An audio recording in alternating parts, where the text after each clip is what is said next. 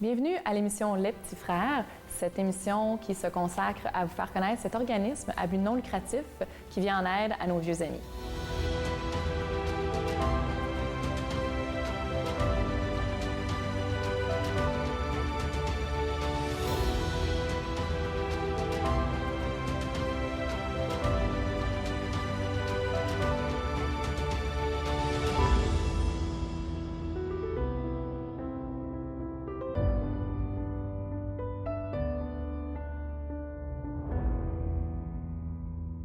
Alors aujourd'hui, à l'émission Les Petits Frères, je reçois avec nous M. Jean-François Gauthier et Mme Muriel Leclerc. Bienvenue avec nous. Merci. Alors, pour faire suite à notre autre émission, on avait déjà parlé un petit peu du comité de coordination. J'aimerais savoir, au niveau à Laval, ça a commencé comment? Ça se passe comment à Laval pour le comité? Bien, les Petits Frères des pauvres au Québec existent depuis plus de 50 ans. Alors, nous, de Laval, nous étions des bénévoles et des vieux amis aussi qui faisions partie du groupe de Montréal. Alors, nous allions à Montréal pour les activités, nous avions les formations et tout comme si nous faisions partie de Montréal. Et au fil des ans, on suggérait gentiment qu'on puisse démarrer un groupe à Laval. Il y avait assez... Pardon? Indépendant? Oui, autonome, parce qu'il y avait assez de personnes âgées à Laval pour avoir un groupe. Et finalement, ça a été bien reçu, bien accueilli. Le siège social nous a aidés à démarrer. Alors, en 2011, février-mars, 3 bénévoles, ce qui était vraiment insuffisant, mais on a commencé comme ça. On se réunissait avec les gens du siège social pour démarrer. On nous expliquait dès le départ, il faut que vous soyez 8 bénévoles pour démarrer l'action. Ça nous surprenait, 8, ça nous apparaissait beaucoup, mais on a compris par après. Et une grosse population à Laval, il y a beaucoup de gens qui peuvent avoir ce besoin-là. Oui, il y a beaucoup de personnes âgées, mais trouver des bénévoles qui sont prêts à s'investir sur leur comité, parce que la quinzaine de bénévoles, beaucoup étaient prêts à continuer comme bénévoles, mais pas faire partie d'un comité de démarrage, un comité de coordination, ce qui demande beaucoup d'énergie, de disponibilité. Beaucoup d'implication, il faut vraiment vouloir. Oui, et finalement, ça a pris 8 mois. Là, en novembre 2011, nous étions enfin le nombre magique de 8 personnes. Et ce qui nous a donné une chance, c'est que les 8 personnes étaient des retraités du milieu de l'éducation, des services sociaux ou de ressources humaines, donc des professionnels qui avaient beaucoup de potentiel, de formation, qui avaient occupé des postes de leader dans leur propre Vous aviez déjà des gens avec beaucoup de connaissances, des bonnes bases solides. Et avec du temps. Oui, parce qu'on était des retraités aussi. Je pense que c'est 7 sur 8. Nous étions des retraités, donc beaucoup de temps. Alors, plus de 10 heures par semaine, là, c'était pas rare au début. Alors, c'est comme ça qu'on a démarré. Alors, le comité de coordination a fallu nommer, selon nos intérêts ou selon nos habiletés, un coordonnateur. C'était une femme, une coordonnatrice au début, mais ça, je laisserai à Jean-François le soin d'en parler plus. Un trésorier, une secrétaire, 2 responsables du comité des vieux amis, 2 du comité des bénévoles pour faire le recrutement. Ensuite, quelqu'un responsable des activités. Il faut dire qu'au début, tout le monde faisait un peu de tout. Parce que là, on n'était peut-être pas assez nombreux. Parce qu'à 8 personnes, au début, j'écoute ça, puis je trouve que ça fait quand même beaucoup de responsabilités. Il faut avoir envie de toucher un petit peu à tout, justement, puis de mettre beaucoup de temps et d'énergie. Oui, le trésorier, bien, dès le départ, s'est occupé de la comptabilité, mais il a fallu qu'il s'investisse aussi pour la recherche de financement. Parce qu'on n'avait pas une personne qui était habile à faire ça, habile et intéressée. Ensuite, les activités, comme c'était beaucoup de travail au départ, notre première Saint-Valentin, on repense à ça avec un petit sourire, mais il a fallu que tout le monde, même si on était du comité des bénévoles, des vieux amis, tout le monde mettait la main à la pâte.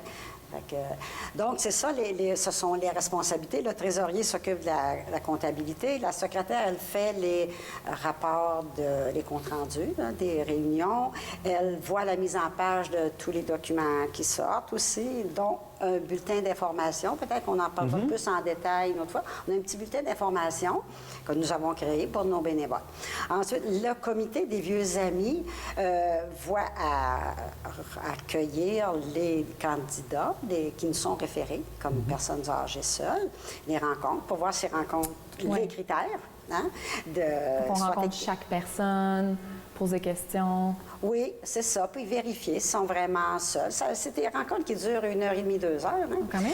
Ensuite, le comité des bénévoles recrute des candidats qui sont intéressés à devenir bénévoles. On voit la formation de ça, de ces bénévoles.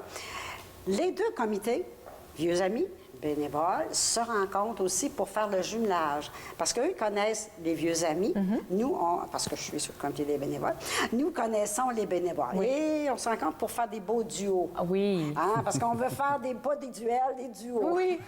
Vous fiez plus aux besoins des gens, aux habiletés des bénévoles. Le tempérament, hein, le caractère. Tu sais, un vieil même ami au niveau humain. qui n'est pas jasant, bien là, il faut mettre quelqu'un qui est bénévole à l'aise avec ce genre de vieil ami. On a des vieux amis aussi de plus en plus en déficit cognitif. Hein? Oui. L'autre jour, on l'avait dénombré 12 sur nos 70. Oui. Alors, ça prend des bénévoles aussi qui acceptent de... Oui. Peut-être qu'ils ont une formation particulière aussi ou des habiletés. Oui, on a commencé une collaboration avec la Société Alzheimer qui peuvent nous donner une formation. Oui, c'est important. Puis il y en a d'autres aussi parmi les bénévoles qui ont déjà dans leur famille vécu des rencontres avec des Donc, vieux. on comprend déjà l'enjeu. Oui, voilà, c'est ça. Les responsables des activités, eux autres, bien, au début, il y en avait juste une, mais là, ça prend des équipes, hein, parce qu'on a 5 grandes activités dans l'année et plus d'autres à chaque mois pour les anniversaires. Alors, à chaque fête, ils se forment une petite équipe. Pour la Saint-Valentin, il y en a qui sont intéressés, d'autres sont plus disponibles à Noël. Bon, une autre petite équipe, là. Mais il y a des responsables qui voient à coordonner ça. Puis, on a les séjours à Oka. Je ne sais pas si vous avez entendu parler. Oui, hein? Des petits séjours justement à l'extérieur, des petites vacances. Oui, les petits frères du Québec ont un gros chalet à Oka et puis on amène nos vieux amis pendant 5 jours. On a eu un d'ailleurs la semaine dernière et pour les vieux amis, là, c'est un bonheur. C'est un moment vraiment privilégié. Oui, ça prend des bénévoles qui ont d'énergie. Parce que 5 jours à être 24 heures sur 24, en fait. Là. Oui, ça demande de l'énergie, mais c'est tellement agréable. Jean-François, on parlait là, de la coordination, puis tout ça, en tant que coordonnateur. Oui. Bien, c'est sûr que moi, mon lien est vraiment de justement être la courroie un petit peu. Bien sûr, être le représentant, je suis la personne qu'on va voir le plus souvent, mais c'est vraiment d'être la courroie, donc entre chacun de ces comités-là, et d'être aussi la courroie entre le siège social, que ce soit au niveau des nouvelles que je dois ramener au niveau local. Donc, c'est vraiment un travail de courroie, puis d'être présent à chacun des comités pour, bien sûr, être au courant, parce que je me dois d'être au courant de tout ce qui se passe. Et bien, un travail très important qui est de répondre aux urgences aussi, en étant au bureau. Les vieux amis, les bénévoles ont besoin de réponses assez rapides. Donc, ça fait aussi partie du travail de la coordination. Mais je pense que c'est beaucoup d'être le leader de cette équipe-là. Ici, à Laval, on a la chance, puis je pense que Muriel l'a dit, on a des gens très expérimentés, qui sont très structurés, des bénévoles très ordonnés. Mais c'est vraiment d'être là, puis de les appuyer, puis de répondre à leur... Vous orientez votre équipe, mais vous avez la chance de pouvoir déléguer ou de pouvoir donner des responsabilités, de ne pas toujours être là à chaque instant. Tout à fait. Vraiment pouvoir compter sur l'équipe. Bien, tout à fait, parce qu'on a quand même plus de 100 bénévoles, plus de 70 vieux amis. Donc, c'est sûr qu'à une seule personne, c'est un petit peu impensable de gérer tout ça. Mais c'est vraiment de coordonner toute cette équipe-là pour qu'eux puissent être sur le terrain puis faire les actions. Ouais. Je pense que vous avez une équipe qui est vraiment très dynamique aussi, là, qui a vraiment beaucoup d'implication par eux-mêmes. Puis... Bien, tout à fait. Je pense que de demander à des bénévoles de faire 10-12 heures de bénévolat par semaine, c'est énorme. Donc, ça prend une équipe qui est très dynamique, très impliquée et surtout qui croit beaucoup en la cause. Oui, c'est ça que j'allais dire. Les gens croient beaucoup à la mission et ont beaucoup de sympathie, d'empathie avec la situation de nos personnes âgées. Des gens qui sont dynamiques, dévoués. Il faut que ça soit un choix qui vient vraiment du cœur. Il faut vraiment avoir envie là, de s'impliquer. Oui, on a la mission tatouée sur le cœur. Ah oui, c'est très bien dit. Et maintenant, on en invite d'autres à se joindre à nous. Parce que le comité de coordination, c'est ça. On aime ça avoir aussi une relève. Oui, il faut qu'il y ait de la relève parce que c'est sûr que certains sont là depuis très longtemps. Puis c'est beau de penser à la relève. Sinon, ça pourrait tomber, ce qu'on ne souhaite pas du tout. Il y a aussi des postes pour lesquels on a un peu plus de difficultés à trouver des bénévoles. Je pense aux communications, entre autres. Ça a toujours été un poste qu'on n'a jamais réussi à combler vraiment. En tout cas, certainement, avec votre équipe dynamique comme ça et l'implication que vous avez fait, vous nous donnez le goût, je pense, qu'on s'implique plus auprès de votre organisme. Merci. Merci. Merci.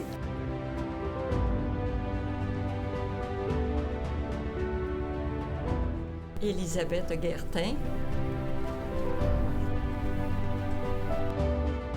Alors, mon rêve était samedi, le 18 septembre 2015. Et puis, mon choix, c'était une croisière feu d'artifice sur le fleuve Saint-Laurent. Et puis, il y avait un souper gastronomique, un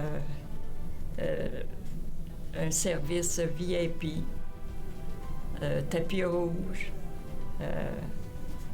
Le service gastronomique était de 6 services. Il y avait un DJ avec la danse. Et nous avons vu le feu d'artifice avec la bénévole Michel Burgy, qui était très attentive à tous mes besoins. Alors, je veux remercier les petits frères qui ont permis ça, ainsi que les bénévoles. J'adore les croisières.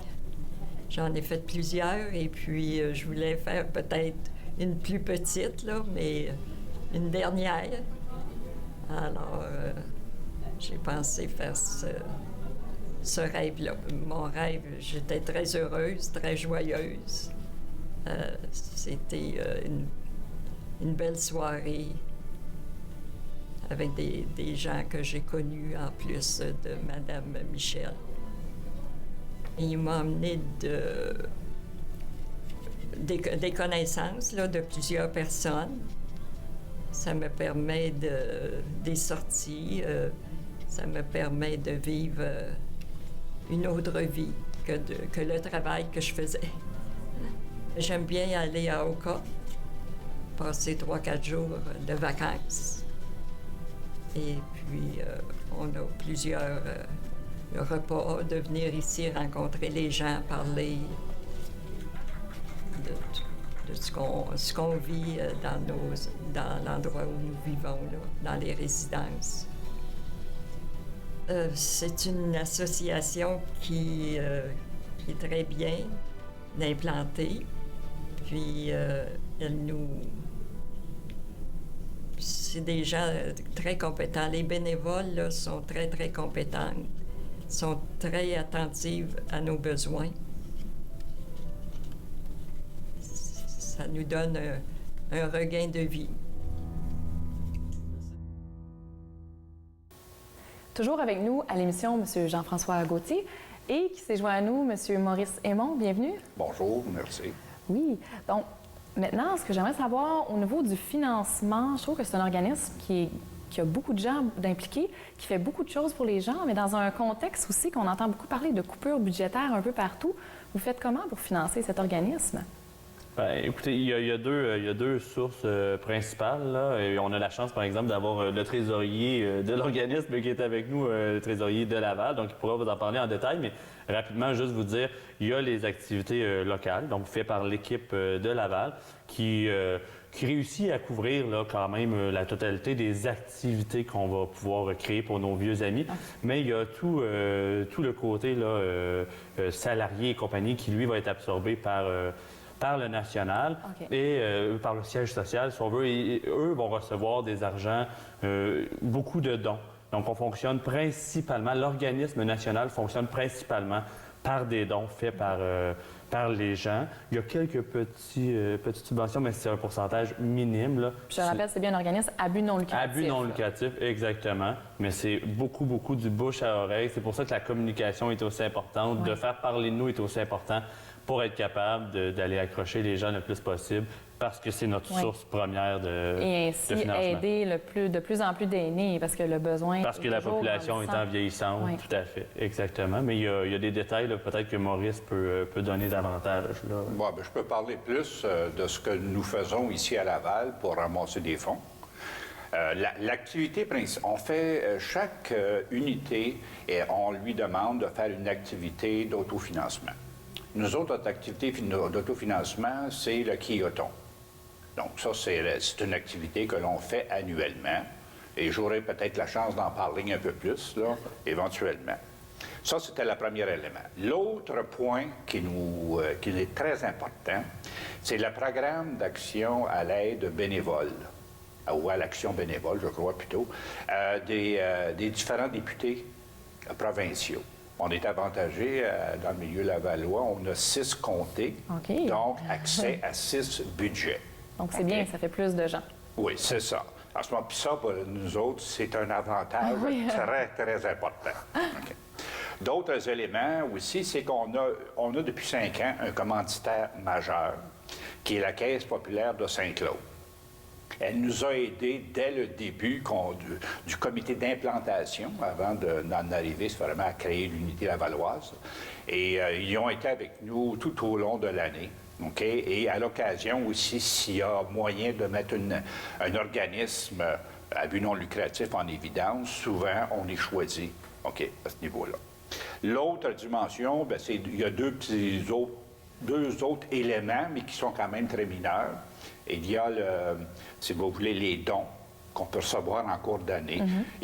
La majorité des dons sont faits au nom des petits frères, au centre national, mais il y en a qui préfèrent faire un don directement aux petits frères. Donc, la population peut faire des dons n'importe quand. On peut décider de faire des dons. Il n'y a pas nécessairement des moments précis. Les gens qui nous écoutent peuvent décider de faire des dons à n'importe quel moment. Et puis, il y a toujours, bien entendu, en retour, il y a un reçu pour fin d'impôt qui est émis pour les sommes qui nous sont données.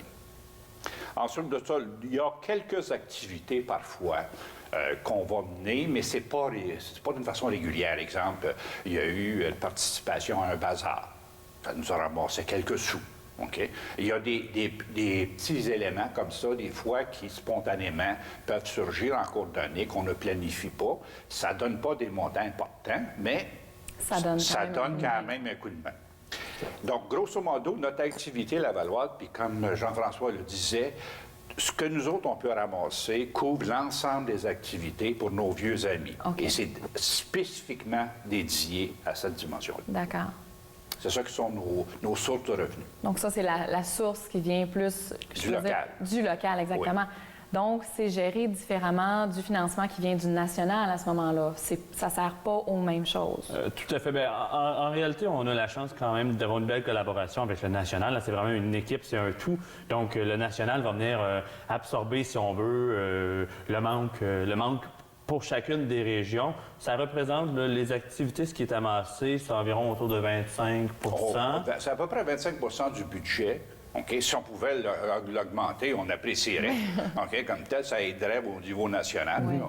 Mais on représente à peu près 25 du budget. Et donc, le 75 est à ce moment-là absorbé par le national pour nous permettre de desservir tous les vieux amis puis de continuer à faire nos activités, exactement. Puis le national va s'occuper vraiment partout au niveau du Québec aussi, je suppose. Il y a une gestion... Oui, tout à fait. Tout est centralisé par le national et par la suite, il découle dans les régions. Puis on est incité, bien sûr, c'est sûr, à en faire toujours un petit peu plus, de mettre tout le monde la main à la pâte. Puis il y aura, entre autres, là, une autre façon d'amasser de l'argent qui va être le cercle, un cercle financier qui va être implanté à Laval. Et c'est pour ça que présentement, on est... toujours activement en recherche de gens d'affaires qui veulent s'impliquer, qui auraient la cause des aînés à cœur. Donc, on disait que tantôt, dans chacun des comités, il y avait des besoins. Je vous dirais qu'à Laval, là, présentement, c'est ce qu'on essaie d'implanter, c'est d'avoir des gens d'affaires avec nous. Parce qu'aussi, plus on a la chance d'aider Danny, mais plus aussi le budget doit aller en conséquence aussi. Donc, on a besoin de... C'est qu'on ne peut pas faire plus que les sous que nous avons. C'est ça. Okay, Donc, comme tel. Puis nous autres, notre philosophie, c'est de gâter nos vieux amis. Exactement. Ils sont dans la dernière étape de leur vie. On veut qu'elle soit la plus belle possible. Oui. OK? Et il y a possiblement des gens qui, dans leur vie, n'ont jamais eu la chance de participer à une activité, si vous voulez, de ce type. Et puis avec aussi la qualité qu'on y met. Ouais. De ce côté-là, quand on peut offrir ça, ça nous fait vraiment chaud au cœur. Oui, j'en doute pas. Ce n'est pas de l'argent pour de l'argent, c'est de l'argent pour aider. Transmettre, je dirais, de l'amour. Oui, donc c'est complètement réinvesti. Exactement. Et vraiment au meilleur soin. C'est ça. Tout à fait. Ouais. Ben, c'est excellent. Félicitations pour votre beau travail, en tout cas. Merci beaucoup. Vous faites progresser. Ça va bien. Oui. Merci beaucoup.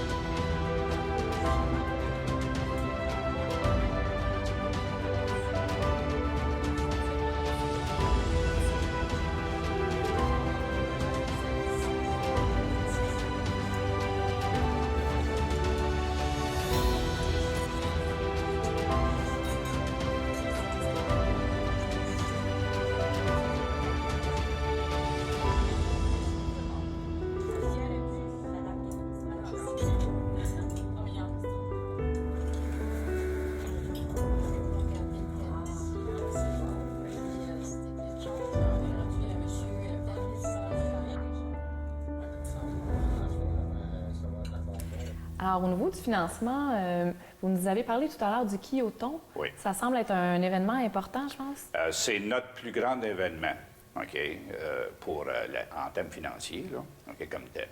Le Quilloton, à ce moment-là, est un élément, je dirais, il assume au moins le tiers de ce qu'on peut ramasser à Laval. Okay? C'est sûr qu'on aimerait qu'il y ait plus de revenus, mais au moins, à date, on a ça.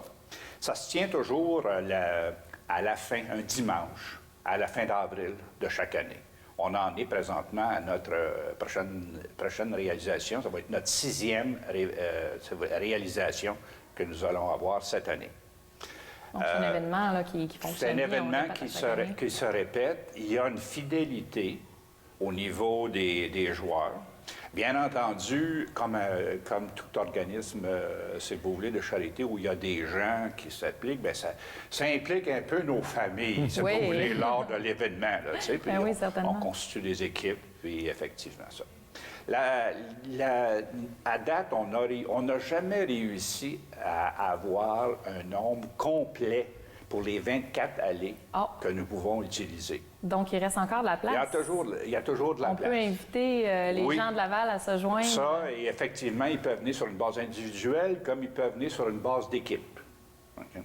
Donc, de ce côté-là, puis c'est une activité très familiale, Oui. puis très conviviale. Oui, on crée une saine compétition un peu, on s'amuse. Oui. Puis il y a des jeux aussi qui sont introduits là-dedans pour créer, si vous voulez, un peu de dynamisme. Les argents que ça procure, bien, vous avez les inscriptions pour lesquelles il y a un reçu de charité qui a été mis oui, c'est 25 $. La partie, disons, coûte 9 $. Donc, à ce moment-là, la différence peut être mise en, si vous voulez, c'est quoi le terme encore, là? En reçu de charité. Oui. Bon. Vous avez ensuite de ça les commanditaires. Un commanditaire, chez nous, le retour qu'on lui donne, c'est qu'une allée est dédiée à son nom. Sa carte d'affaires apparaît dans le dépliant publicitaire et lors de l'événement, on mentionne. Vous avez ensuite de ça, il y a beaucoup, à l'entour du quilleton également, il y a beaucoup de dons, OK, qui sont des gens qui ne peuvent pas jouer, mais qui veulent participer, Oui. etc. Ils veulent venir encourager. C'est ça. Donc, c'est un don, conséquemment, reçu de charité, OK, équivalent, suit.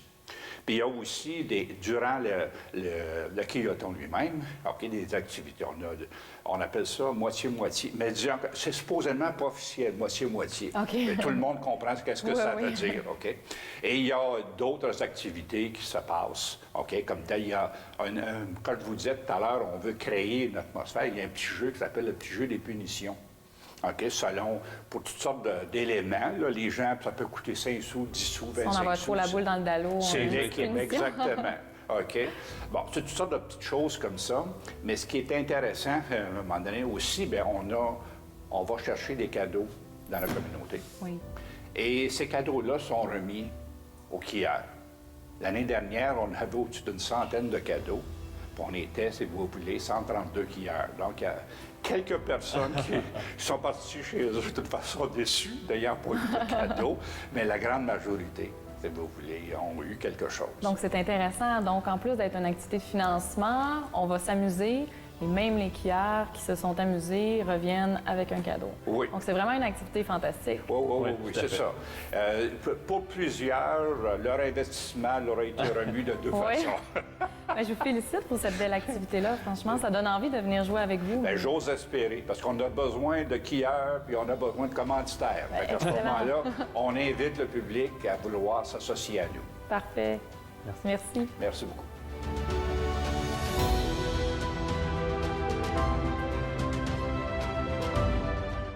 Merci d'avoir été avec nous à cette émission sur Les Petits Frères. Si vous désirez plus d'informations, vous pouvez aller sur notre site Internet dont l'adresse apparaît au bas de l'écran. Et au plaisir de vous voir la semaine prochaine.